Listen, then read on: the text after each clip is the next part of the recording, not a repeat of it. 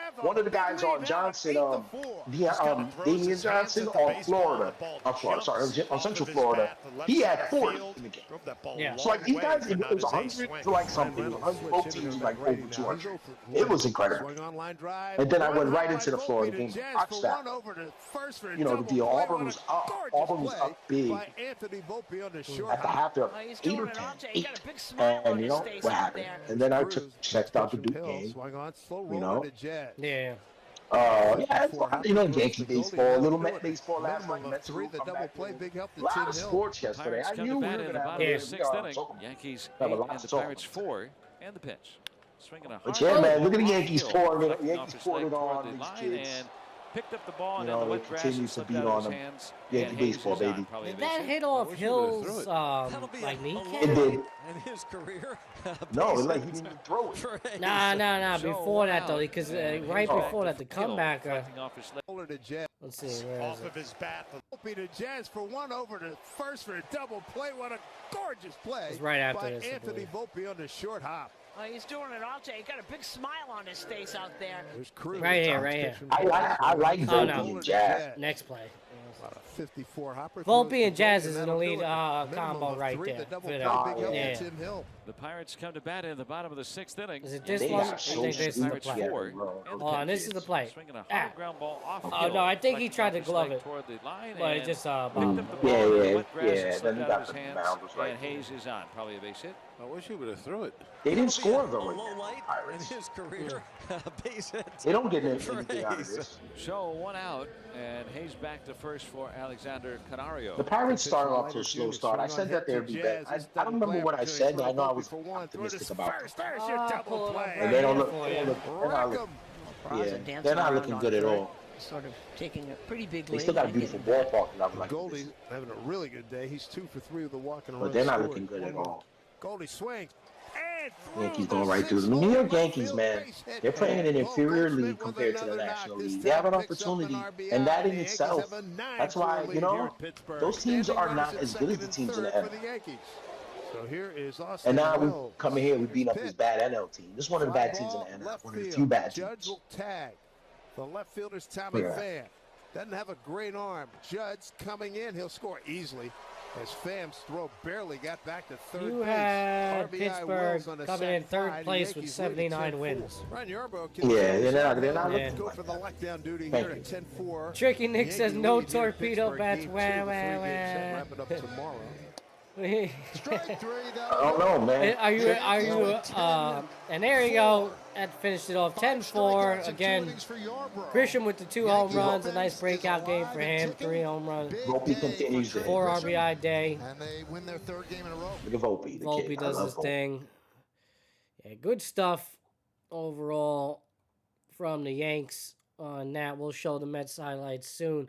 I was just mentioning to you. Yeah, you had Pittsburgh at 79 wins coming in 3rd place. What's their record right now? And I had them, same thing, coming in 3rd place as well, but a couple of more wins, 82 wins. You know, so I don't know. I think that 79 is probably looking more likely at this point, but who knows? It's still early, but you know when you. It's a bad division, but St. Louis is playing above. Then we both. I'd shoot him.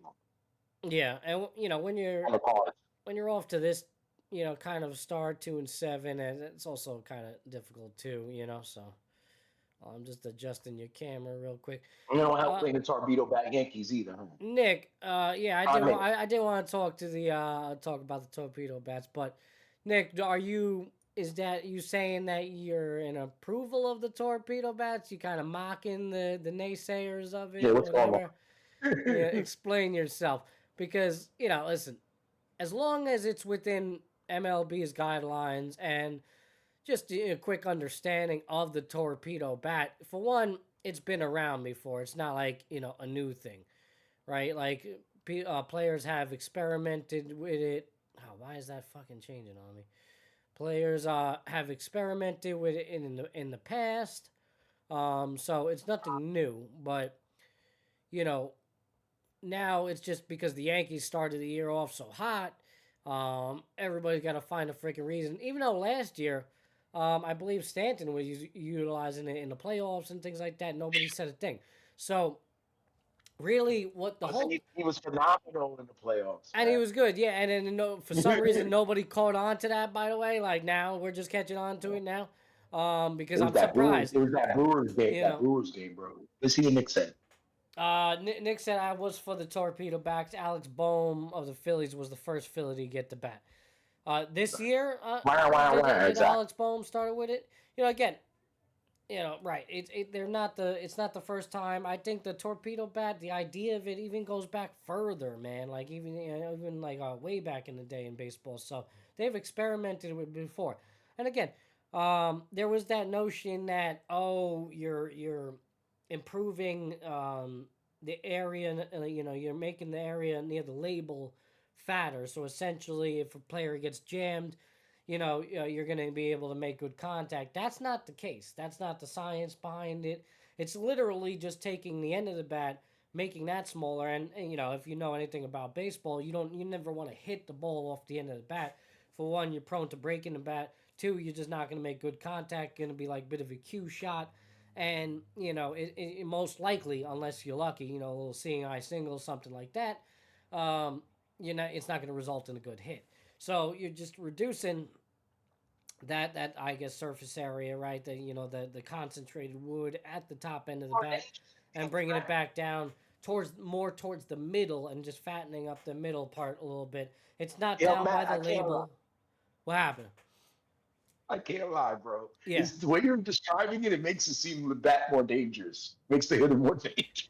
Yeah, well, especially a hitter who knows how to get the ball on the bat part of the bat that he wants to get it on. The good hitter, that kind of hitter, it makes it more, because like you said, it reduces, hits that when you hit the ball well, and it just wasn't, hit on the wrong part. For sure, but now there's a downside to it too. I was about to say the downside is now if you do hit it off the end of the bat, there's even less surface area. So now you're really, it's not going to result. It's going to be like an awkward kind of cue shot. Now there might be some English on the freaking ball, kind of like in pool or something. Like it's gonna, you still it's a give or take. Regardless. It's a give or take, and it seems to be very individualized because not. The science is already out there, and you're not seeing everybody utilize it. So there's a reason for that. These are major league hitters. If they don't feel comfortable with it, they're not going to use it.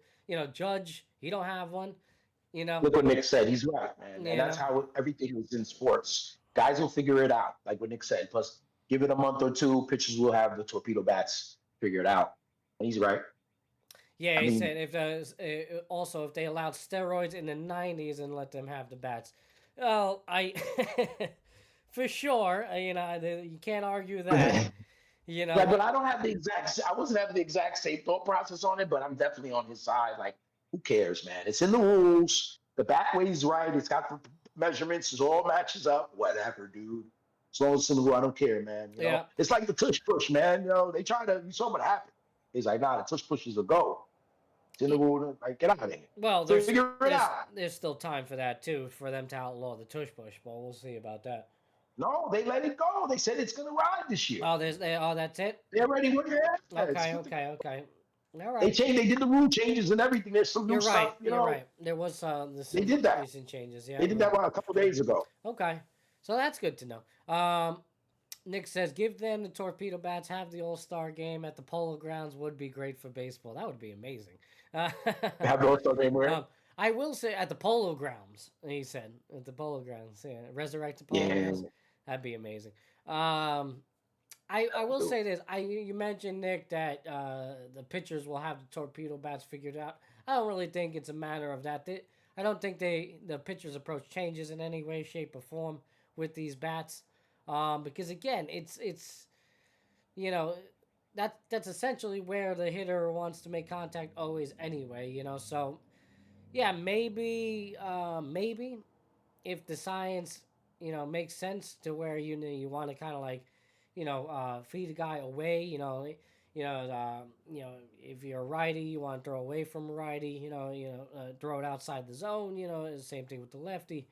Maybe force a little more contact off the end of the bat. I don't know if that might play in their favor. I certainly, if it started to seemingly have a positive effect for the pitcher, then you'll probably see less and less of the torpedo bat. So, they'll break down those analytics. These guys know what the hell they're doing. There's a reason why the torpedo bat's implemented in the first place. And again, it seems to be very individualized. I don't think the whole team is. I don't even know on the Mets if anybody's using it. I think Lindor tried it right now. I have no idea if there's anybody currently using it on the Mets. Again, I just hate the fact that you gotta hit the baseball, man. You and know, then, like you said, man, you might be screwing yourself. You might be helping yourself. I think the numbers Yeah. always balance out at the end. now, No one's gonna turn to Ted Williams because of these bats, bro. what I do think is a possibility is that the freaking balls are juiced again. All right, it just seems like everybody's hitting them out right now. And then not only just the Yankees. Hold on, is your audio getting picked up? Give me a testing. Yeah, okay. 1, 2, 3. Yeah, I think it was I wasn't picking up there for a second. I don't know. There's been talk about that in the past with baseball having juice balls. It kind of off to a crazy start with that this year. I don't know if it definitely isn't only because of the torpedo bats, but and the balls typically don't fly out as good at this time of the year, mainly because the weather's a lot colder weather, and but Judge seemingly having no problem, other guys having no problem. Frank, you got Andres Gimenez on Toronto. He already got 3 home runs, I think, and he doesn't hit home runs like that, so it's kind of weird. Man, crazy. Yeah, right. Yeah, how much did he got? I know he's hit Got a bunch, right? Like it's kind of starts to question a little bit. Like, all right, but again, if they if that's something the MLB wants to do, then that's what they want to do. I know they've always preached more offense. I think we're kind of seeing a shift in that, getting towards more defense in the game. He got 5 home runs. 5 home runs for Suarez. 11 on the BI. Did you see what's his name? Your boy in Boston, Devers, finally got He's trying to snap out of it. Yeah, so I think he got a hit. I think he got a big home run. He's been doing his thing. Finally, yeah, snapping out. Yeah. There was it was pretty funny. There was like an April Fool's joke on April Fool's about him, saying that they sent him down to AAA after the 0-14 start. I was like, that's fucked up, man. All right, let's get these Mets highlights for you guys. The Mets with the walk-off win yesterday. It seems like the good vibes have returned to Queens, and they needed a little home cooking, and you're already seeing it. Jesse Winker. I can't say enough the importance of bringing this guy back. I know there was a lot of controversy between Winker and Pete and Iglesias, and how could you not bring these guys back? I'm happy they kept Winker, and it's reasons like yesterday that you see it. He just fits right in, man. He's a glue guy for this team. He's a feel-good guy, and he'll, every now and then he'll win a game for you, man. Offensively, he's reliable, and he was getting it done against the lefty yesterday. He's hitting triples. Like, come on, man. Like, what's going on out there? So let's hit those highlights for you guys right now. All right. Line down the left field line. That's going to go into the corner, Toronto, and that'll bring in a run. Tacking it on in the 6th a little bit. Bichette heads for second. He's in standing. Up 2-0 right there. Bichette. For the Blue Jays. Holy shit. And they lead 2-0. Good old Bo. That's pulled down toward first. Nice diving stop. Beautiful play from Pete right there. Razabon able to get there to make the play at first. For the second out. That's a pitch well. There, proud. Bassett looked good, man. The pitching has been great for the Mets early on. This one he caught in the heel. Oh, Toronto. But secured it. I mean, They made the accurate throw to right. Brazabon. I know. Toronto too. I mean, they've been off to a pretty good start. They just ran into the Mets. There's no shot from Winker. You thought could be a home run. He can't get it. It bounces away. Springer bounces off the fence over there. Winker hits for third. 2 runs coming in. Second triple of the night. Second triple of the night for Winker. 2-run, 3-base hit. And Queens It's going crazy, man. Feel good stuff. Go to the ninth. So now the go-ahead run is a third. Go to the ninth. Second and 3-2 third. to 2 out. Jimenez. 3-2 count. would be next. Diaz. Him. Got him, baby. Slider. Gotta feel good. Gotta feel good about that. Break on the top of the ninth. He fans 3. Good to see Diaz, who, you know, a lot of conversation about him potentially losing the closer role. Gets a breaking ball and throws it to right center. Overcomes the center fielder Straw. That's all it Taking is, his conversation. series. He comes in to score. Indoor. And the Mets have a walk-off win at Citi Field. Sack fly. The Mets win it 3-2. They've taken the first 2 games of this series. They've won 3 in a row. Come from Beautiful behind walk-off fashion tonight. winner. 2 in the 8th and 1 in the 9th. Professional at bat right there from Mr. Lindor. Tast, your audio was muted. I know when I seen you mention that, I was like, oh no, did I mute the browser audio? But no, I was good on my end. So they. Nick, what'd you say? Chicken's hilarious, bro. I won my elementary school Little League championship with the Mets. I was center field, batting 3-hole. There you go. There you go. Yeah, those were good times. Yeah. I miss youth Little League, man. It was beautiful. Yeah, it grows with us. It stays with us, though. I won a couple of championships back in my day. And then high school, too. High school I actually won on St. John's University's field. We played there because we were St. John's Prep. So we are the championship game for the CYO League for the high school, Catholic Association. I didn't know that. I did not know that. Yeah, it was played at St. John's University. So I got to play on that beautiful field. And we won our championship. Yeah, it was nice. The final year, my senior year, we did not. We were in the championship game again, but we actually lost 2 out of 3 games. It was best out of 3, and so we got to play there a couple of games. Very nice, man. Beautiful atmosphere. I love playing on that field, man. Those were good times. Shout out to my coach for not playing me in the last game, by the way. So. Wow. I got to watch us lose the championship from the sidelines, just in that dugout. It was fun. And then basically my sports career ended like that. I played collegiate baseball for a little bit, but I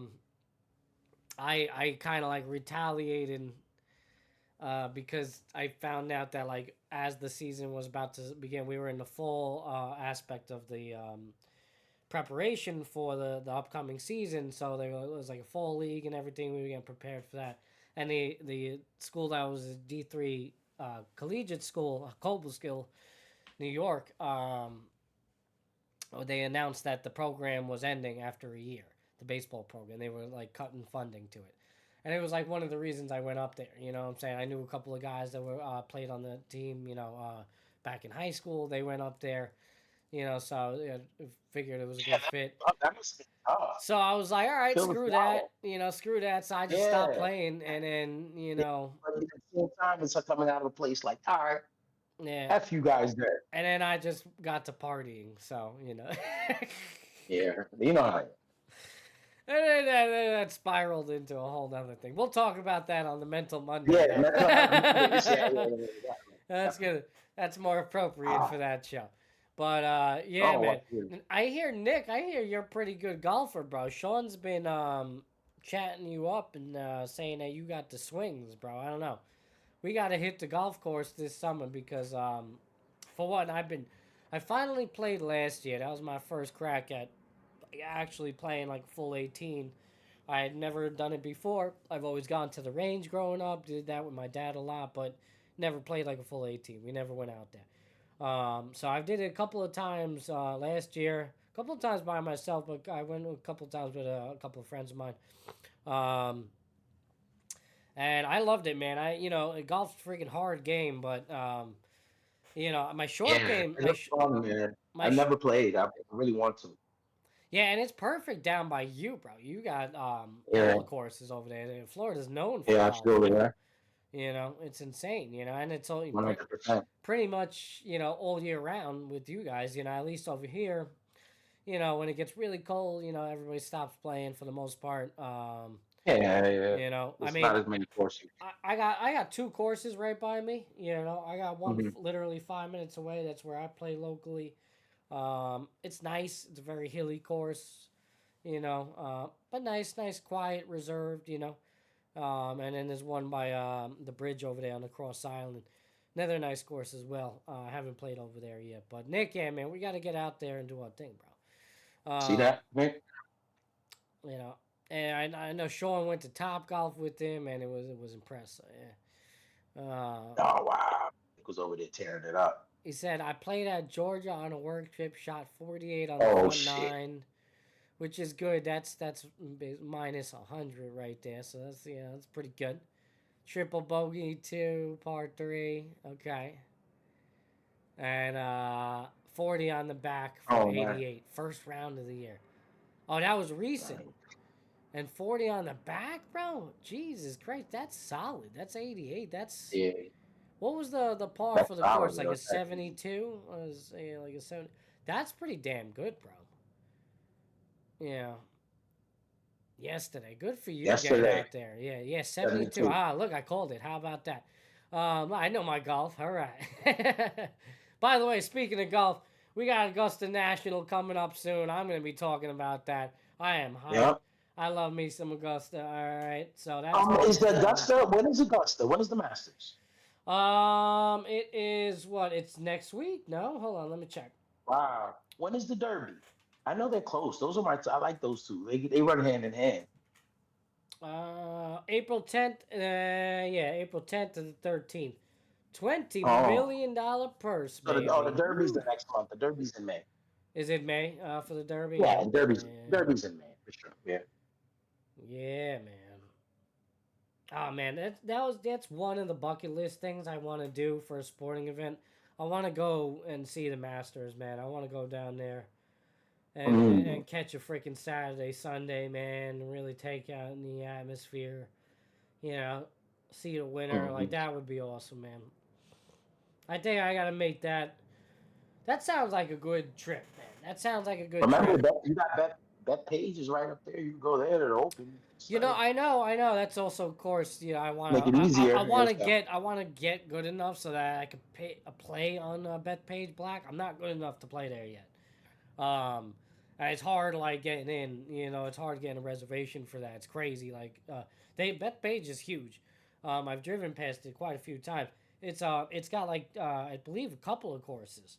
So there's like a public course that, well, it's also public, but obviously reservation. But there's like an easier course that like I could play on, and then there's Bethpage Black, which is insane, and that's like super competitive, strict rules,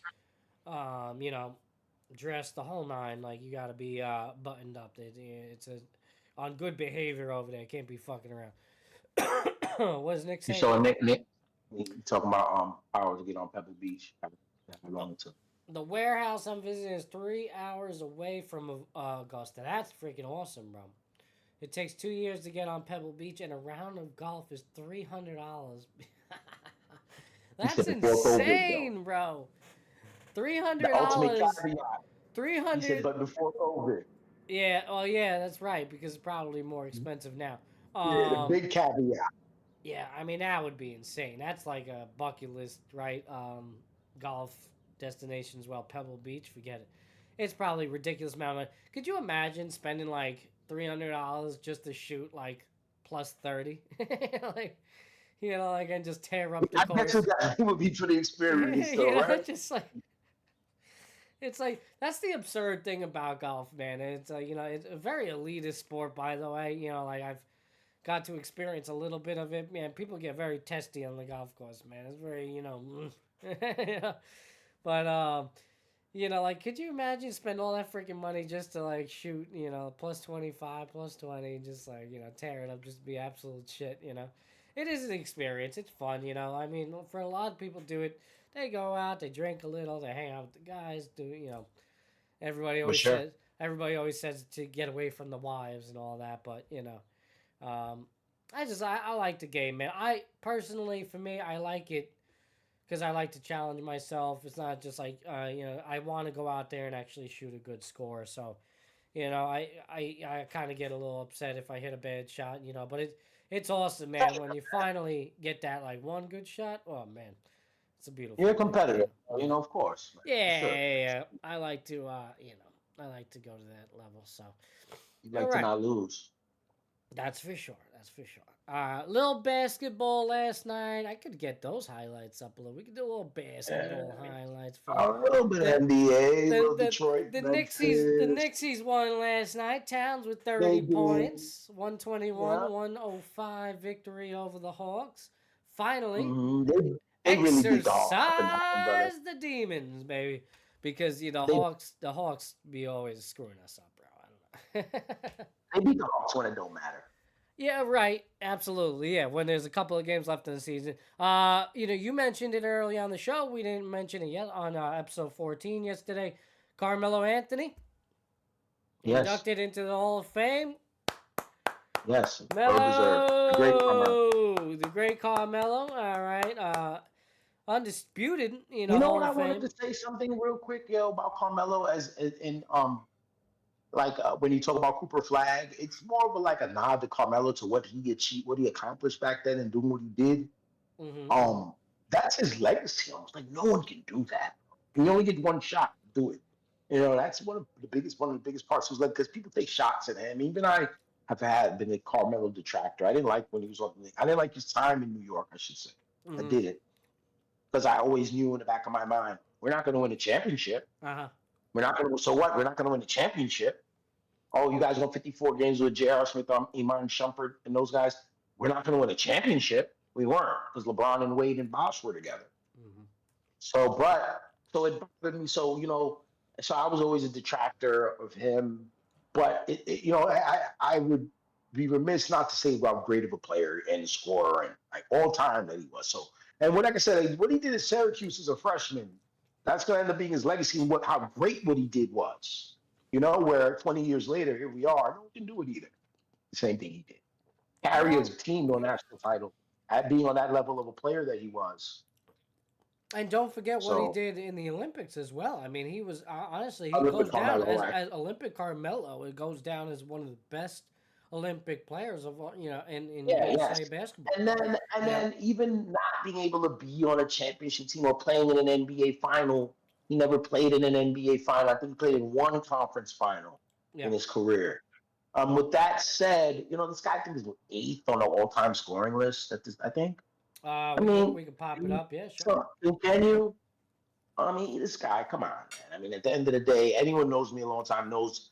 I've been anti-Carmelo on the Knicks.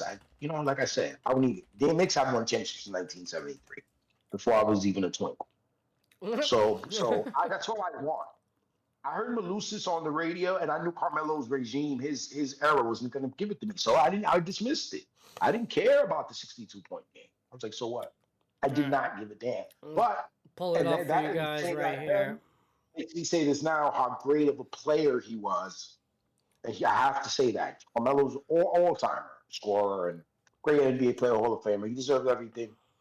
First ballot. Also, Dwight Howard went in with him, Matt. So there, Carmelo's number 10 on all-time scoring list. I said 8, number 10.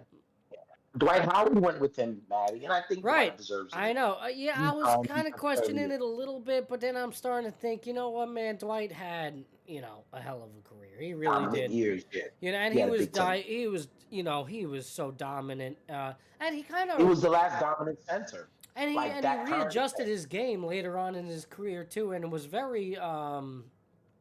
what's the word for it? It was just right. He was very effective late in his career. Still getting it done, and a lot, a lot of journeyman teams. Right, the guy was 8 times All NBA and 3-time Defensive Player of the Year. Forget about it, man. Is there any is he a big time block leader? Let's see. I'm sure he is. Let's see if we'll pull it up right here since we have it. In the all time, blocks were not recorded until the mid 70s. Dwight Howard, there you go, right here. He is number 13th all time in blocks. Right. Wow. Hakeem Olajuwon, man, 3,800 blocks as well. Howard had 2,200. And Kareem's blocks were not recorded. So, I don't think Wilt's blocks were recorded at all. Yeah. And I think Kareem's blocks got recorded while he was in the league, started getting recorded. So they're going to get omitted from the list. Him and Russell, forget about it. He's not on the list. Should be, but yeah, but I hate the blocks list. But it is what it is. Rebounds, Dwight is 10th all time. You know, he's up there, man. Yeah, man, he should have been top 75 all time. Was there anybody? Oh, he was off that list in the top 75. Yeah, he didn't make it. What was I gonna say? Who? Anybody else that was inducted in the Hall of Fame, or were those the only two? There were some coaches. There's 2 female players. You gotta look, man. Actually, you should know 2 female stuff. players. Yeah. Mm-hmm. We should know it. For the WNBA, yeah. Hall of Fame, maybe so.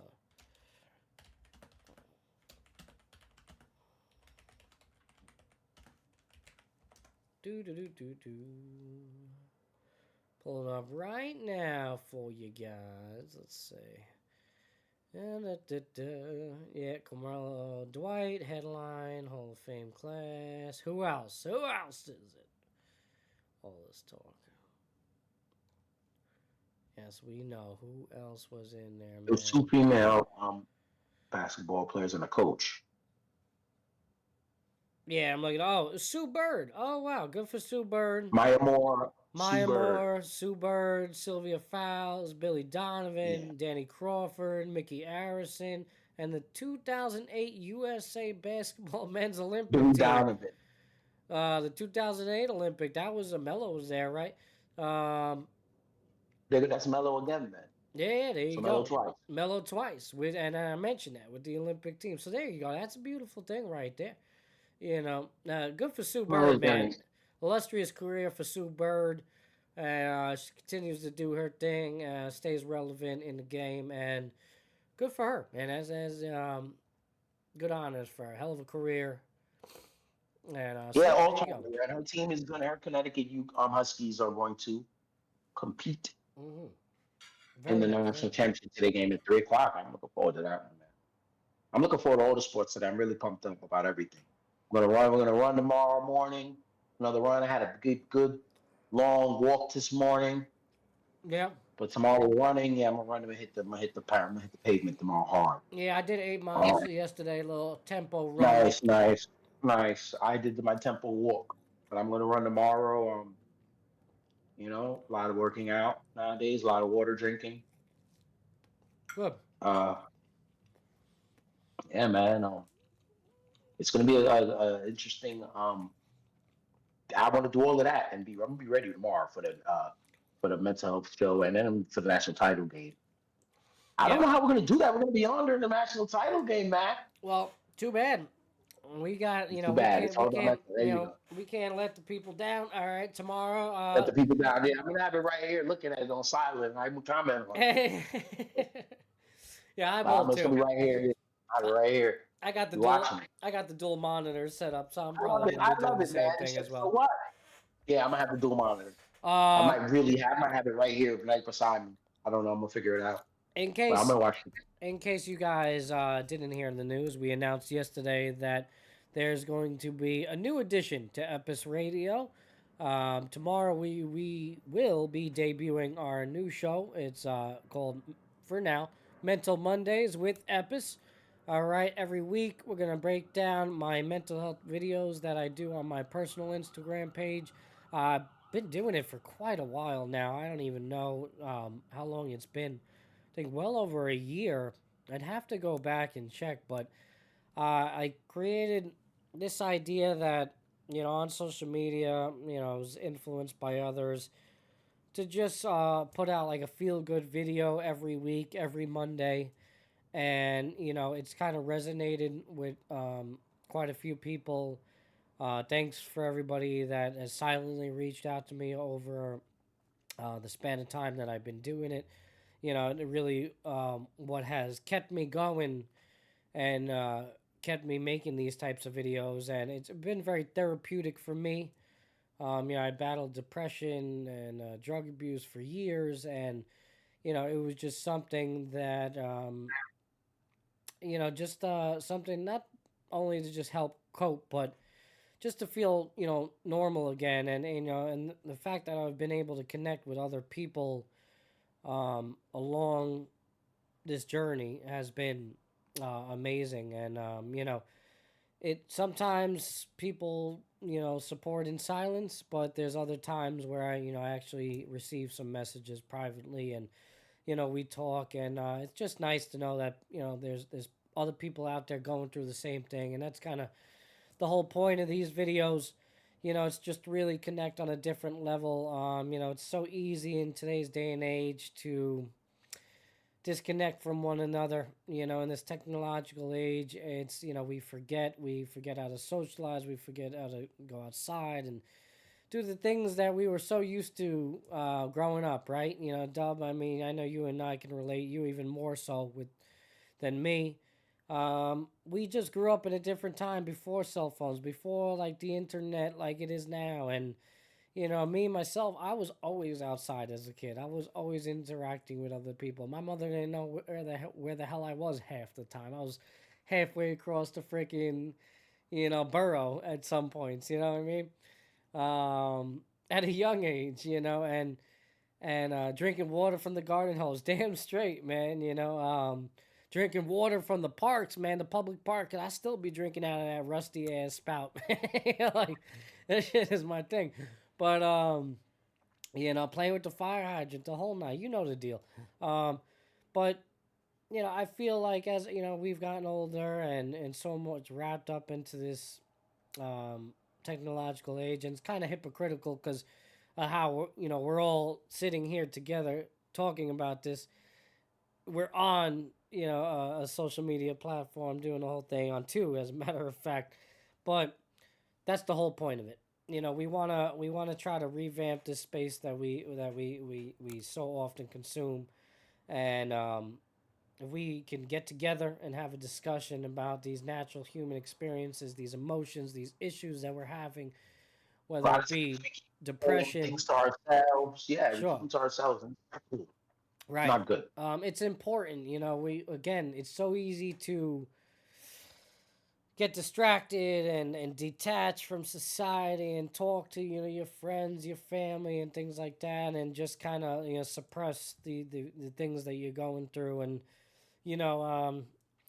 it's kind of a masculine to a toxic masculine method of growing up too, that I'm sure we experienced quite a few of growing up. You and I, Dub, that it's not you shouldn't cry, you shouldn't talk about your emotions, things like that. You gotta be a man, you gotta reserve. And I've been such a proponent of fighting against that, and speaking out, talking about it, making normalizing these types of emotions and things. And that's just the gist of what this show is about. On top of that, because it originated from my Mental Health Monday videos. The premise of each episode every week is just going to be breaking down that mental health video of the day, and then we're going to just stem into a conversation about that. And most importantly, it'd be awesome if all you guys can show up and contribute to the conversation. We can have some guest speakers come on. We got a lot of good ideas. We're going to have some authors, some book writers come on the show, things like that. Really get the discussion going, really tackle depression and other things alike, So, and again, this is just the beginning of it. Epis Radio as a whole is going to have multiple shows, several shows, hopefully, as we expand and we grow in the future. And sports is our thing, is a passion of ours. But it's not the only thing, right? And we understand that as humans. It's it's one of those that don't help sometimes. It's one of those things that distract us from what's really going on. It's maybe a distraction, but sometimes the distraction, you have to face what you're being distracted from, or no. So sometimes we have to push that to the side and talk about reality, the real, because sports is a distraction. It's a therapy even. Mm-hmm. But yeah, I mean, after therapy, it could be a positive therapeutic thing, but it also could be a negative light. We talk about we talk about gambling and everything, gambling addiction, things like all that. of this stuff, man. Man, that's what I'm saying. When we talk about Mental Health Monday, guys, it's going to be like an octopus with tentacles, and it's going to be able to stretch so many places. So at one time, we're going to be able to go so many places with it because everyone can relate to just having peace of mind. Everybody can. Tricky. And that's what we're gonna. That's our aim for here to talk about. And we want, our goal is with the Mental Health Monday show is when we leave, when we get off, it's gonna be a good exhale for everyone to be positive, like a positive time spent. That's what we want from you. Nick, have a good day, man. Thank you for stopping by. Always good talking to you. Later, Nick. Thanks, man. We're gonna catch up. We're gonna play some golf, man. We gotta Now, me and Nick and Zero been playing golf on 2K. That's what's up, man. 2K on the PlayStation. So we got like an online society going. So we playing competitively. That's great, man. Nick basically kicked our ass the other day on there. That's what I'm saying. The guy just told us a little bit of the resume. Yeah. Oh no, he can play golf in real life, and apparently he's a cheat code on the PC too. So we got to talk about that. The game better. But Nick, thank you for stopping by. He said, "Go Ovi." That's right. Is that the game today? Is Ovi playing in? Because I think was he in Nassau yesterday, bro, playing the Islanders, or did he? We talked about Ovechkin going for the all-time goal record. I don't know if he played yesterday. No, it's today. Bro, today. No. It's today. Friday night. Okay, he plays today, yeah. So, this is like one of the hottest tickets going in New York right now, or in the country, bro. Prices are through the roof. We're talking thousands of dollars. I'll pull it up right now, bro. Capitals, Islanders going at 12:30. Actually, the game's about to start. Let's see if there's any tickets available. So, Alex Ovechkin, we mentioned it on yesterday's show, going for history, trying to break the great Wayne Gretzky's goal record. All right, I believe they're tied at 894. He's going for 895 today. Right now, the game is about to kick off at UBS. I'm looking on Game Time app. Shit, actually, you get a pretty good ticket right now. There's some crazy price tickets. I could probably even pull it up for you guys on the computer just to show you what I'm looking at there. Let me see, but I'm looking, bro, center ice, bro. $212, bro, right behind the benches. I'd pay for that to go see history. What?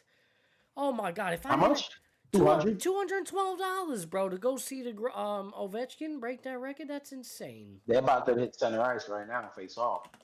I know. I'm gonna pull these ticket prices up for you guys right now. Hold on. What else we got starting off early by 1? The women's game you said is at 3. So look at this. We don't got any NBA. Yeah, let's pull this over here. We got 1:00 NBA. All right, folks. This is what you got right here for 2 tickets. Let's just check the 1 ticket. So you got, wow, man, you could pay, wow, that's even better. Oh, this is probably all-in pricing. Let's change that. So this is with fees included. You could sit, oh, it's row 10. That's deceiving. See, I hate Game Time. I hate the app sometimes. It looks like it's row 1, but that's real. Oh, no, row 10 is the first row. That's insane. I don't know if you guys could see that. Yeah, I'm looking at it right now, Vivid. If you can see that right there, the first row is apparently row 10. So you could sit row 10, center ice for $212. That's a solid deal, man. To go see Ovechkin potentially score that goal. That's great price, honestly. I mean, this is insane. If I wasn't busy today, I'm going to a jazz show today. I'm going to see John Baptiste at Lincoln Center. Oh, wow. John Baptiste. John Baptiste, baby. One of the greatest musicians of our generation. All right, to let it be known. That's nice. Okay, I am very excited. I'm going with my aunt. We're going to be out there. We're going for a little dinner and then a show. It's going to be beautiful. I'm going to dress up. It's going to be very fancy. I'm going to have myself a night on the town. All right. It's going to be a beautiful thing. But, wow, if you are interested, anybody watching out there, you can go see history for... Shit, you can even for cheaper, man. Let's see this. Upper Tank. right over here. So I'll show you guys in the corner right there. 308, 114. Got 116 over there. That's not bad at all, man. That's pretty sweet. No. What else they got going on? If he gets it done today, he can get it done. Suns, he probably Knicks. Will. The Suns and Knicks are playing today too. Durant. Oh man, there's gonna be a lot of discussion about Durant at the Garden. Man, they're gonna. Oh boy, the rumors are gonna start flying. Forget it. Look at this. How is this possible, bro? Look at these prices now. We got a short video out on the YouTube about the ticket prices, bro. Look at the Knick prices compared to what I just showed you, the hockey prices going on at UBS. To this is the same day. This is today for the Knick game. Bro, somebody, 427, and you're what, row 17 or some shit like that? That is insane, bro. You know. Row 17, 427? Yeah, middle, center. Oh, it's a row 13, excuse me. Row 13. Some crazy person is How much is it to go to Knicks? How much is Toronto, Brooklyn Nets then? Toronto, Brooklyn. Some crazy person is trying to sell this ticket for $1,100. Row 6 at center. That's insane. All right, you're not even on the floor, bro. Like that's not even floor tickets. Like that's crazy. You can sit behind a basket for $444. That's not bad. Yeah, you can sit behind the bench for $444 at the Net game. Let me check. Brooklyn Nets. Yeah, you can. Last call is 3:30. Yeah, look at this, bro. That's insane. You can get by the bench, right behind the bench for $400. Not actually, bro. Right here, look at this. You could get behind, 264. You could get 204 behind the I see it. Visitor bench. Oh, I gotta pull it over. There you go. 204, row 1, seat 9, 204 behind the visitor bench. That's beautiful. Man, what a view to the game for that, huh? But again, Raptors, Nets, you know. What are they giving away? A gibbets set? What the hell is a gibbet set? It sounds like some new teeth. What the hell is a gibbet set? The Nets are having a giveaway. First 5,000 kids in attendance. I gotta look this up now. What the hell is a gibbet? VIP 8 for the Nets is $279. Oh, is it those things you put on the Crocs? Okay. You can get courtside at the Nets for $1,700. Courtside at the Nets? Yeah. 1,700? No, where are you looking for that? Where's that seat? I don't see that. Oh, Vivid.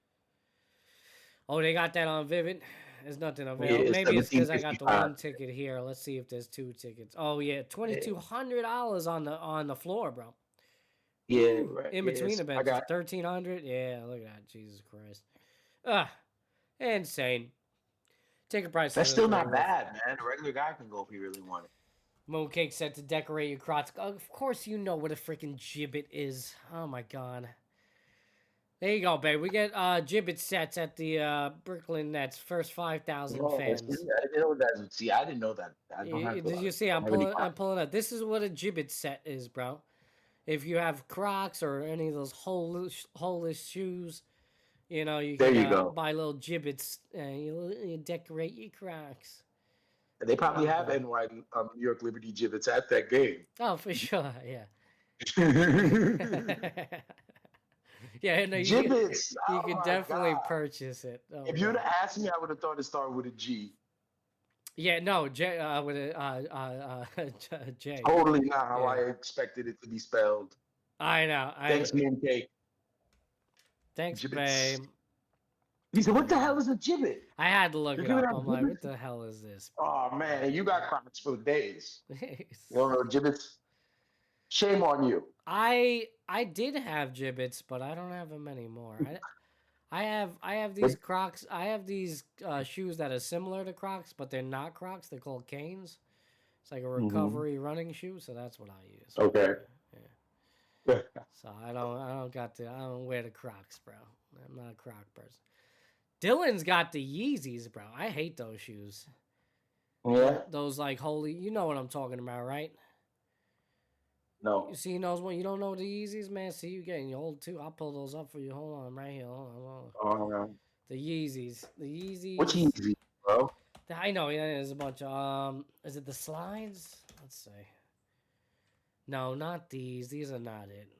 Like you don't like them. Like when you see them, you resent them. It's the yeah. I hate them, bro. I hate them. I hate the design. These are not. It's not these ones. Hold on. Yeezy Croc? Is it like what the fuck is it called? Oh, these ones. There you go. I freaking hate them with a passion, bro. Hate them with a passion, bro. There's one right here. You see these? Hold on. Oh, man. How do I turn that for the... They probably feel good. There you go. These ones right there. Hold on. They 300 for real, though? That says 180 euros. So what the hell is that? They're probably 250. I mean, you like those, bro? Euro, you would wear those? Come on. The euro's not that much less. Probably like 190. They're not even that comfortable, if someone gave it to me, I would. This is on. If somebody gave it to me, I would wear them. Which is this on? But I'm not going to go and say I got to get those Yeezy Crocs. How much are they? They would look weird. They do, but whatever.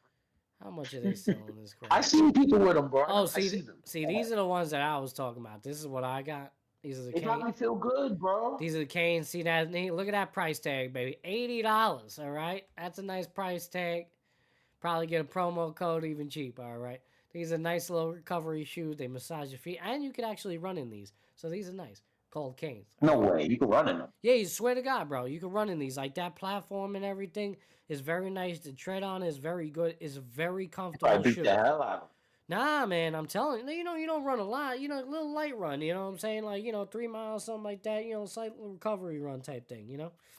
I'll see you freaking stirred up Mooncake now. She's like, I want New York Liberty gibbets. Of course you want it. You want the. That's what I'm saying. I bet you they got a gibbet of what Elfie, the mascot that they got? Yeah, she probably got a gibbet.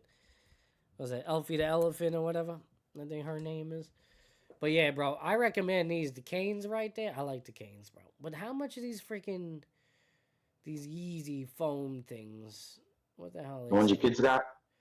On StockX, they're selling it for $90, but I don't know if that's like legit though. Yeah, they bootleg. Yeah. I don't know. I'm seeing relatively cheap prices. Where the hell? Why can't I find like a good seller for this? They're Crocs, man. Yeah. They shouldn't even be $100. Jesus. Yeah, see, like somebody trying to sell that shit for $310. That's bugging. I don't know, man. I just think it's an ugly shoe, and honestly, like I've worn them, like, like compared to the Canes, I would not like run in those, or even do anything, But yeah. All right, bro. We're getting near that time. Are we? It's been an hour and 40. You know how it is, bro. Oh man. Oh man. Why you want to go longer? You want to stay? You don't want to go home? Oh. You don't want to... I got stuff when I'm planned in my head. I actually now that I just thought about it. All right, so I want to see if I could try to get these comments because I seen something that said that she said this, and I'm like, yeah, man, if she really made these comments, and since we're on the subject of basketball, we talked a little women's basketball, all that. I thought you would find this interesting. Monica McNutt? Monica McNutt? McNutt. Miss of McNutt? Course. You know the Miss McNutt? Of course I know. All right, did you? Yeah, Nick's broadcaster. Yeah, Nick's broadcaster, lovely, beautiful lady. Love her to death. Love the commentary, what she does. Apparently, she made some comments about Caitlin Clark's popularity, and pulled the race card a little bit, and said that she's only popular because she's a white girl. I don't know. Now I think that plays a part in her race plays a part in it. Yeah, but it was perfect timing because I think Paige Beckers might be a better player than her. No one cares about Paige Beckers. She's a white girl. No, they definitely care about Beckers, but you're right. Like definitely. Not like Clayton Clark. Because I don't know if she's better though. I mean, she's damn good. I don't know. I don't know. Beckers might be better than her, bro.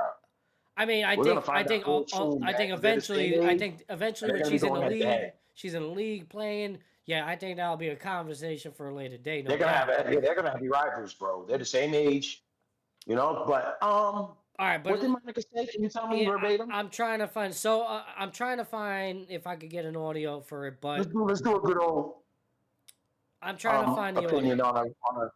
Yeah, because I was gonna ask you about it yesterday, but I'm like, It's interesting my because two wrestlers recently went at it. Two known wrestlers, black wrestlers, recently went at it about race. Oh yeah. Booker T and AEW champ Swerve Strickland, or the former AEW champ, I believe. Swerve Strickland. They were on. There was a race debate that we they live had. in a world full of media. It's always a good conversation. I don't care what anyone says. People get tired of it. Let's see Monica. Let's see the Monica or not. Yeah, I'm trying to. I'm listening to it now. I just want to make sure this is it. Though. I want to see what I got here. You don't want to play it. Yeah, you want to be on point now, Matt. Matt, the producer. Okay, I got it. It's not. So this is from the audio clip I got is from somebody else. It's the Adrian Ross show. So shout out to the Adrian Ross show. I'm gonna use your clip. Thank you for that. Because I don't want to go searching anymore. So let me pull this right here. All right, so this is Monica McNutt. Again, if you guys don't know, she is an analyst for the Knicks radio, right? She does MSG too. MSG, she does the game. She's great. Illustrious career for her as well. She was a baller in her day as well. I love her to death, honestly. But she's known to kind of pull the race card a little bit at times. She's not afraid. She's not shy away from the conversation. No doubt. She's very vocal, and more power to her.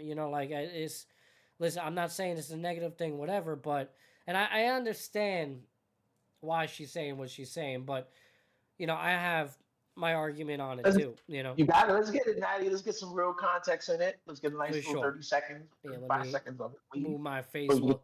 We'll block out the. We'll block out the white one. There's Monica. Yeah, there's the one, and then Monica's on the left. This one up in the top left is the Adrian Ross show. So we got a level block. Okay, that's Adrian Ross. Okay. Yeah, that was Adrian's in the top left by McNutt's face. So we'll block her out with my video. All right, so here's the audio clip that I found on her. Who's the lady on the right? Oh, is she from? I believe that one's from the Adrian Ross show. Am I getting that right? I'm not. No, that's BBC's Caddy K. Okay, so that was so she was on BBC. I'm getting this clip from the Adrian Ross show on YouTube. So shout out to them. But yes, McNutt was having an interview with BBC's Katie K, and this is what she said. Yeah. To me, right? And so covering the WNBA this past season, Caitlin Clark's rookie year, for all of the conversation that surrounded her, some which was fair and some which wasn't, the one thing that I cannot deny is the amount of little girls that were showing up to follow her. Some little girls with their parents and the fervor and the energy there. Why her? Same thing. Why her? Well, I was just about to say same thing for Angel Reese when I had a chance to cover their games. But I think Caitlin represented, and again, some of this to me probably is not fair to her because it was not anything that she said. Well, I want to make sure that you guys caught that there was a little bit interference with a little reverb with W's audio in our there. Storytelling, and it has to be encouraged by our families. Yeah. To me, right? And so covering the WNBA this past season, Caitlin Clark's rookie year, for all of the conversation that surrounded her, some which was fair and some which wasn't, the one thing that I cannot deny is the amount of little girls that were showing up to follow her. Little girls with their parents and the fervor and the energy there. Why her? Same thing. Why her? Well, I was just about to say same thing for Angel Reese when I had a chance to cover their games. But I think Caitlin represented, and again, some of this to me probably is not fair to her because it was not anything that she said or was truly based on her personality, but she was a white girl from the middle of America. And so she represented a whole lot to a lot of people, whether that is truly what she prescribed to or not. We can all say she is a dynamic basketball player and a force both on the court and the marketing sense.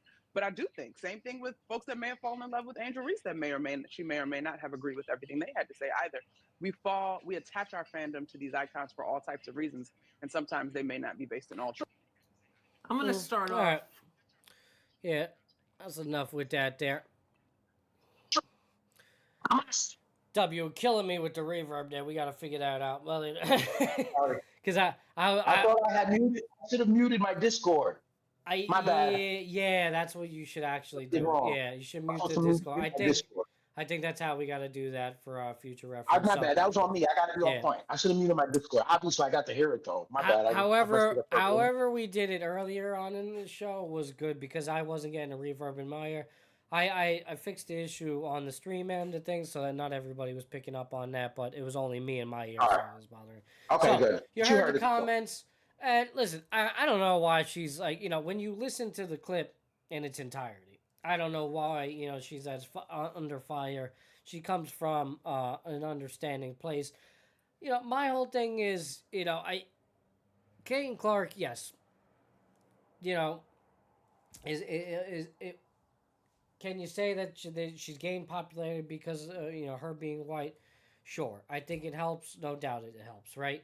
Especially in our society, it just, I don't think it gets picked up, as much if, say, it was Caitlin Clark, not Caitlin Clark, or, Angel Reese or something like that. That seems to be always the big debate, especially Angel Reese has alluded to it, is that, she's only popular because, she's white, things like that. I don't think that's what McNutt is saying here. I think it's more along the lines of, it's a contributing factor along with, her ability to play.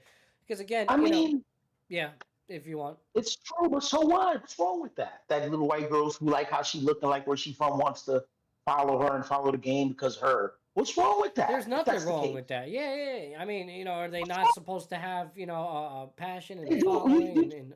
He looks like me. She looked like when I saw black wrestlers, I liked them. I was little. I was like, oh, wow. I liked them, bro. They didn't have a lot of them. I don't, when I saw Warren Moon the first time, forget about it. I was 6. I barely even knew. My parents weren't really talking to me about race, but I liked what I saw. Oh, he looks like, I don't know, man. It's kind of, obviously all this stuff is, but Monica didn't really say anything wrong. Because she was alluding that Angel Reese had followers too. She just didn't go and say it was little black girls following her. No, she could have said that, but she was alluding to that too. It was very smooth way she said the truth in a sensitive time, in my opinion. Yeah, and again, listen, I think, people need to understand that, Caitlin Clark, she doesn't have this type of popularity if she wasn't that good. Like she said she doesn't even know. Caitlin didn't ask for any of this. Yeah, no. I was watching the Celtics City doc on HBO Max. I've been watching it. They're still running. Up to episode 6 on Monday coming up. Gotcha. Fantastic documentary, bro. Any sports fan, basketball fan, Celtics series. I'm a Knicks fan. It's incredible. I can't get enough. What an organization, man. But anyway, and they were talking about Boston, the racial dynamic of the city of Boston, and the reputation. Everyone knows. And they were talking about Larry. Larry's black as hell, white guy. But he was the white hope, and he had to embrace. That's what they wanted, and they loved Larry because of how he looked. Yeah, Larry wasn't going to sit out there. Oh, you guys, he couldn't. Let them. Yeah. That's what they pay him for. They buying a product. Larry Bird's personality. He doesn't give a damn, bro. Yeah. He used to say shit like, "Why you got white people on me? Stop. Why you got white guys guarding?" Yeah. And he was insulted by them. Caitlin has handled. She's handled it phenomenally, Matt. She has, and you're right. She doesn't seek the attention, unlike Angel Reese, which is it's been kind of funny with Angel Reese because when you compare her play against Clark's, I don't even think there's much to compare to right now. And Angel Reese is more of a celebrity. Ever since she's won that national title game, she's leveraged her celebrity, her image, and everything to be where she's at, and she's a rebounding player in the league, a very good rebounder. She's gonna be a good player in the league, but no. You say very good rebounder. I say stat stuffer, but all right. Whatever. Nah, seriously. But when you start to watch her, what are we talking about? This is the WNBA.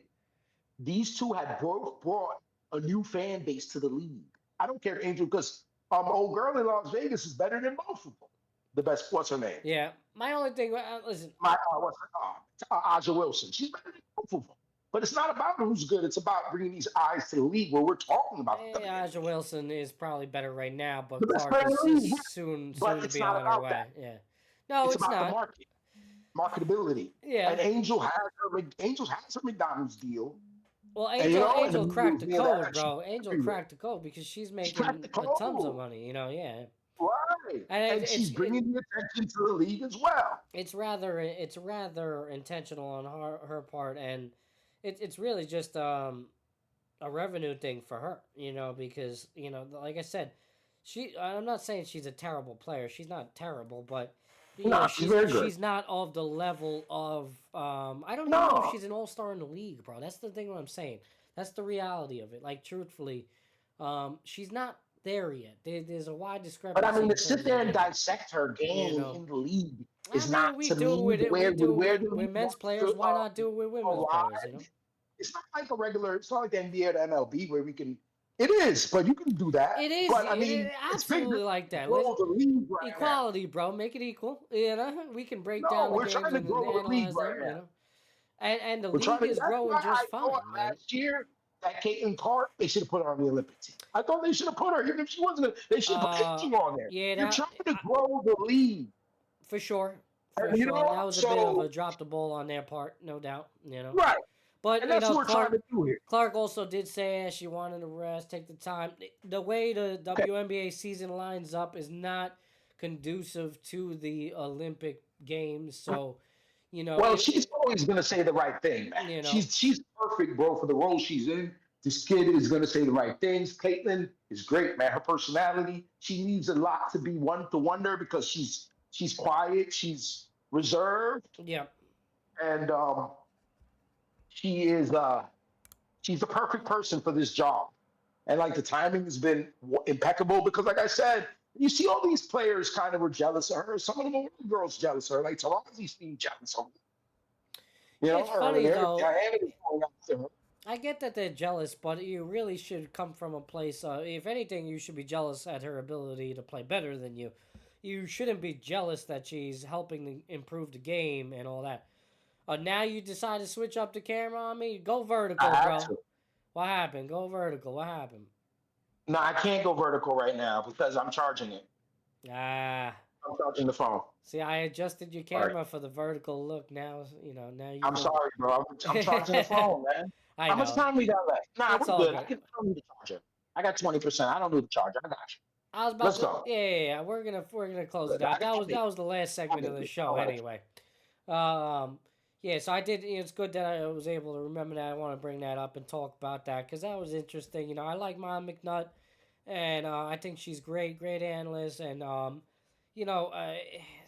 today was so crazy, was so sensitive, man. For her to be so under fire, and honestly, you could flip that whole race card on this situation.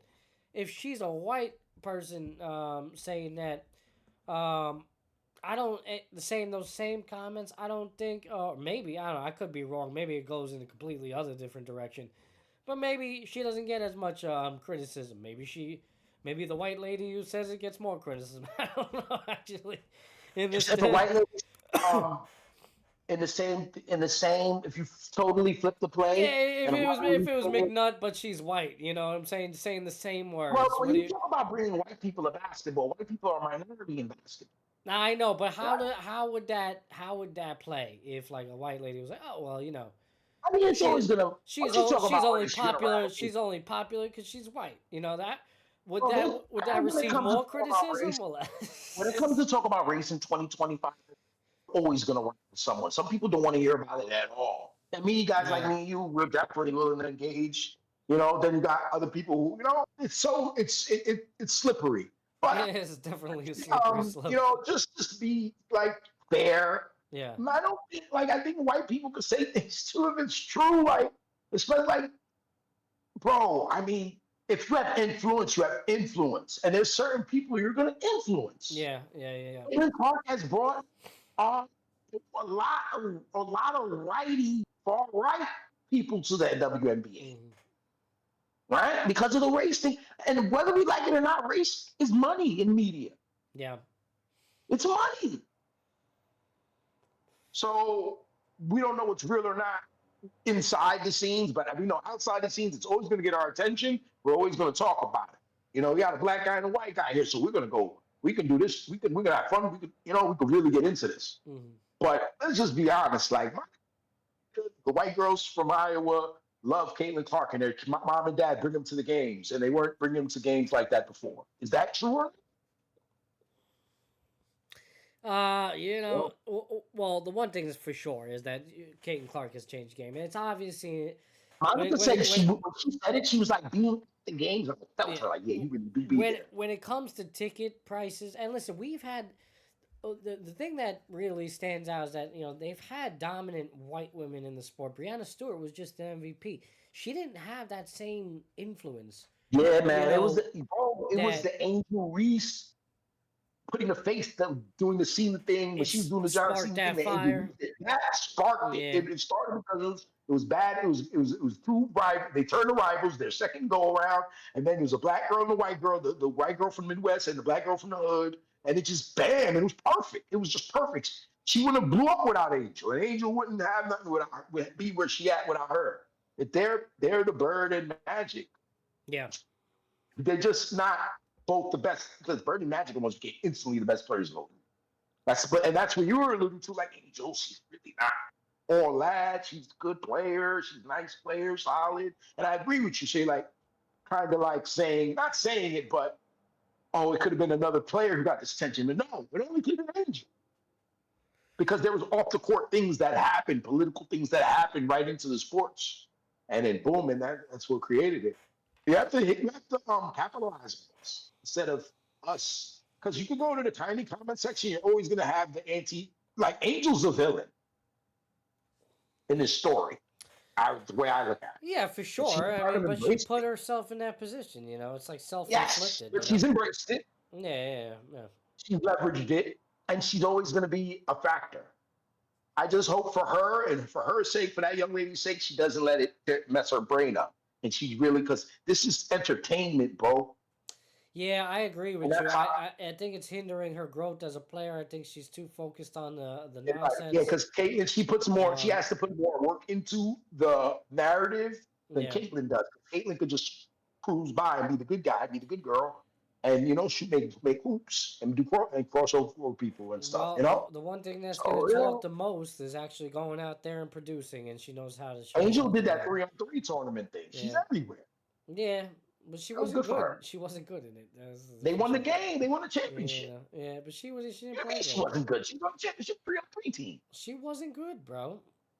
So she was a liability, and they still won the 3-on-3 champion. While one of the players was a liability. I mean, not everybody played, and it wasn't. It's 3-on-3, whatever. You don't seem like you like Angel Reese so much. She's not good. I watched the sport, bro. I heavily watch a WNBA. She's not that good. Right. She's very much of a star. step. She's not. She's a star because in the media, she's made herself a star in the media. She's not a star player. 2025, man. She's not a star player. I mean, okay, 2025, good for her. She made her money. She's just as good as a social media influencer at this point. She is one of the reasons the WNBA we're talking about it for 30 minutes. The WNBA. No, she's not. It's Caitlin Clark. Yes, she is. I brought this conversation. This was no relation to Angel Reese. We just went there. I could have done 30 minutes without her easily, and just talked about Caitlin Clark. No, again, you can. Yes, you can. You can. Batman needs a villain, yo. We just talked about it, bro. No. Batman doesn't need a villain. She's not the villain. She's not the villain, bro. Bro, no, she's put herself in that limelight, bro. What part are you missing on that? I'm disappointed in her, sir. What part are you missing, bro? You said she doesn't matter. She made this. This was a change. It's a reaction. That's not a positive thing. I mean, but it's not a positive thing, bro. I don't think it's helped the league. Your audio's crapping out. Nobody cared about the WNBA. That's not true. And that's not true. That's such a shit narrative. The viewership is way up. And it ain't because Angel Reese, and it ain't because because of both of them coming in the league and the rivalry. It was just Caitlin. If Angel Reese didn't make Caitlin look like an innocent victim, bro, by the numbers, that theory is completely disproven. They don't go to watch her. They don't go to watch her, bro. They don't. All right. If anything, viewership on the TV is a little bit higher, but when in terms of ticket sales, they don't care about seeing Angel Reese. They move Caitlin Clark's to actual stadiums. All right. You know, like that. It's just it's a done deal. I'm sorry. You know, I know she wants to be as important. You know, and that's the thing. She's really trying hard to be like. You're diminishing that girl's her impact on the league, yo. It's cool. She didn't matter. I absolutely am. I take full credit of that. Yeah, no doubt. Because I do think I stand on it. I think her impact on the league is diminished, and it should be diminished. I don't think she's that good. I think there's other players to uplift that are better. And you don't even know their names. That's not. People don't even know their names. That's the problem. All right then. All right. I'm telling you, people she's taking away. She's a detractor from her own people. She's not better. Because she's not better than Asia Wilson. You said it before. How is she taking away from Asia Wilson? She's not better than Asia Wilson. Asia Wilson was in the league for 6 years with 2 MVPs. And Asia Wilson don't have that same big impact, right? No, people are paying attention to Asia Wilson. Now you're gonna say because of Caitlin Clark or because of the whole. Nah, I'm saying Angel Reese, the way she discusses it and talking about the money, this and that, she's a detractor from it, bro. From the league? She's is a net negative. I'm telling you. She's a liability. I think the way she speaks, yeah, you know. I don't know, man. I think she's someone who you people could come and hate. I don't think she makes people not want to watch it. I think people want to come and see her get her ass. If that's the role she wants to play, then more power to her. Right, but it matters. I don't think that helps the no way. brand. Oh, Angel Reese is playing. I'm not watching it. Bullshit. They want to see her. I don't think that helps the brand. That's all I'm just saying. You want to see her miss shots and then miss the putback and say call her a bum. That's not true. I never want to see anybody do bad. So I would like to see her perform well and excel at the game. You know what I'm saying? But, you know, I just, based on her actual ability on the court and the things that she says off the court, she's a detractor. I don't think she's doing anything to help grow the game in a more positive light. If anything, her comments at times are off the cuff, and it's you know, it comes from a more negative impact. That's all I'm saying. You know what I'm saying? Clark, how she's got a pretty bad field goal percentage for a big. Reese. Yeah, 40%, 13. She's not good, bro. Like she's not like you really need like me and my wife, we watch WNBA. We have for the last couple of years. You know, I'm into it, man. You know, I'm not a good defensive player, you're telling me. She's got size, but like, bro, like I've seen her miss wide open layups where it was like she get it back, though. You know, inexcusable, and that's where she's like stat pad in the rebounds because she'll miss a wide open layup and then she'll get a rebound. It's like she's getting the boards though. But she's a good defender. It also speaks volumes. It also speaks volumes about the talent that's around her too. Overall, is she better than Wilson? Wilson, you saying? Is she better than Camilla, her college teammate? I mean, her teammate in Chicago. Sorry. I don't know. I would have to watch a little bit more on her. I don't know too much on that. I didn't see a lot of her. Was she hurt or something? I'm gonna. Well, again, that's the type of thing, you know. Yeah. We're at the top of the. We're at the top of the hour, folks. Thank you for sticking by. That was a little fiery discussion, man. I don't think we're done with that. No, listen. WNBA season's about to start very soon, so I think there's going to be a lot of discussion, and there's going to be a lot of matchups to break down and analyze because of it. I think, you know, that's something. It's a beautiful thing because hey, we're here and we're trying to promote WNBA a little bit. I got the hat right up here. Where's my hat? Right here, baby. Hold on, I'll show you the peeps. Yeah, y'all can't see it up there in the rafters, but I got my hat. There it is. All right. Let's go, Liberty. Getting that season started soon. I can put this over here. I got to fix my setup a little bit behind me. All right, folks. We finally hit the Barbosa averaged 10 points, 8 rebounds. 10 points, 8 rebounds. That's nice. Pretty good. Yeah, she played 32 games as well. So they playing side by side, those two. 32 minutes and 27 minutes. And what is Angel average? What is her average? points. 13 points, 13.9 and 13.5. 13.5 Camilla, on the rebounds, other hand, the 6'7" Camilla, this big girl, he averages that, and then she gets 52. But she makes most of her shots. 52. But I don't know. They got the two big girls. They drafted in the Caitlin Clark draft. They should keep them together a couple years. I'm saying had a good perimeter player. I'm not saying that Reese is a terrible player. She's definitely not bottom of the league. Let's not like to get that, No, she's not a better player than Caitlin. And we know that too. I'm saying, but I'm like I think she's more middle of the pack than people put on. At least for right now, she's still young, man. She can improve and get better. I do think everything that all the hoopla with the media, everything she's doing, the podcast with Shaq, the whole nine. Hopefully that doesn't stray away from her ability to grow and get better with the game.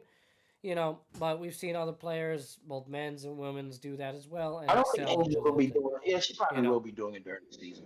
Probably less, but you see that a lot now. I mean, in both men's and women's sports. So especially for her, especially with the women, you'll actually probably see her continue more so for money, man. Because again, you got to remember these girls, they're not making as much. She was talking about the money. I don't think she's broke. She just was saying that check ain't gonna be cutting.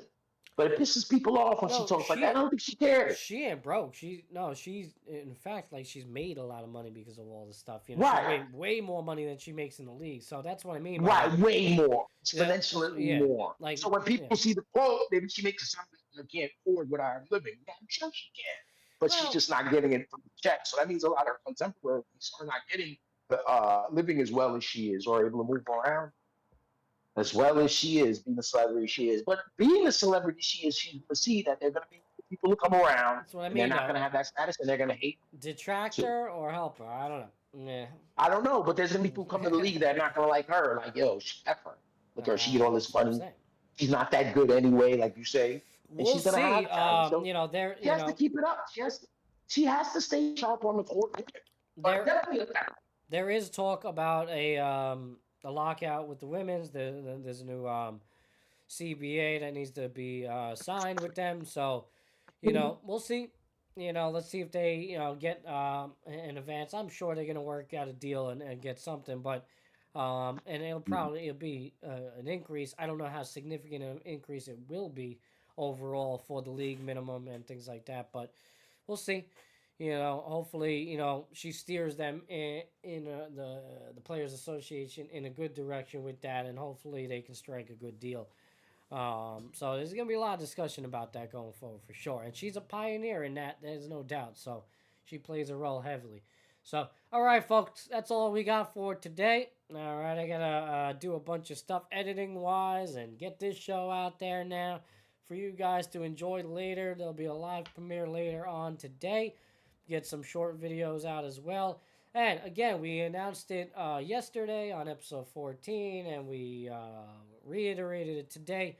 Tomorrow will be the inaugural show of Mental Mondays with Epis at 10 p.m. Eastern Time. Join us if you can, please. We're going to be breaking down tomorrow's mental health video that will be posted on my personal page, Epis Benedetti. Okay, please check it out. Follow if you haven't already done so. I will, since we're starting the show on YouTube as well, I'll create a different playlist for that. And I think, since we're doing the Mental Mondays on, live here on YouTube and on Twitch, I'll be posting the mental health video on YouTube as well for Epis Radio. So check that out for tomorrow. Usually I like to post it later on the day, later in the afternoon, evening time. So maybe I'll post a little earlier tomorrow, but catch that out and then join us 10 p.m. All right, Dub's gonna be here with me as well. We're gonna join in on the discussion, and it's gonna be good. There'll be a lot going on. We'll have the men's NCAA AA final going on during that show, and I'm sure towards the end we're gonna talk a little bit about that as well, but. Again, it's not a sports show for you guys that are so used to us talking about sports. That's going to be a very different type of show.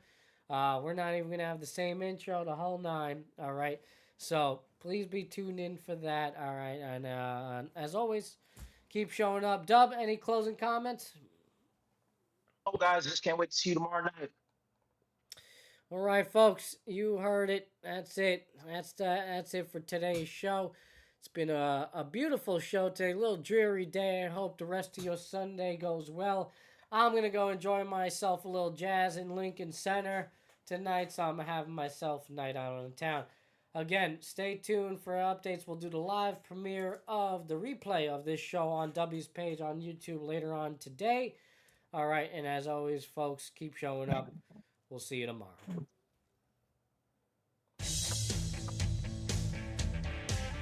Yeah. All right, you hear me? Broadcasting from the capital of sports. I got you, bro. It's the Matty B Show. Right here on Epis Sports Radio. Matty B. On Epis Sports Radio. And swung on and into the air. To deep right center. That ball is high. Matty B. Epis Sports Radio. It's one deep to left field. Higley back near the wall. It's out of here. A Mets win the ball game. A 60-point game for Cody Bryant. Up by 3. All right, folks. Have yourself a beautiful day. Thank you for tuning in. Whether you're on YouTube or Twitch, we love you. Keep showing up. And until next time, Epis Sports Radio, your boy, Matty B.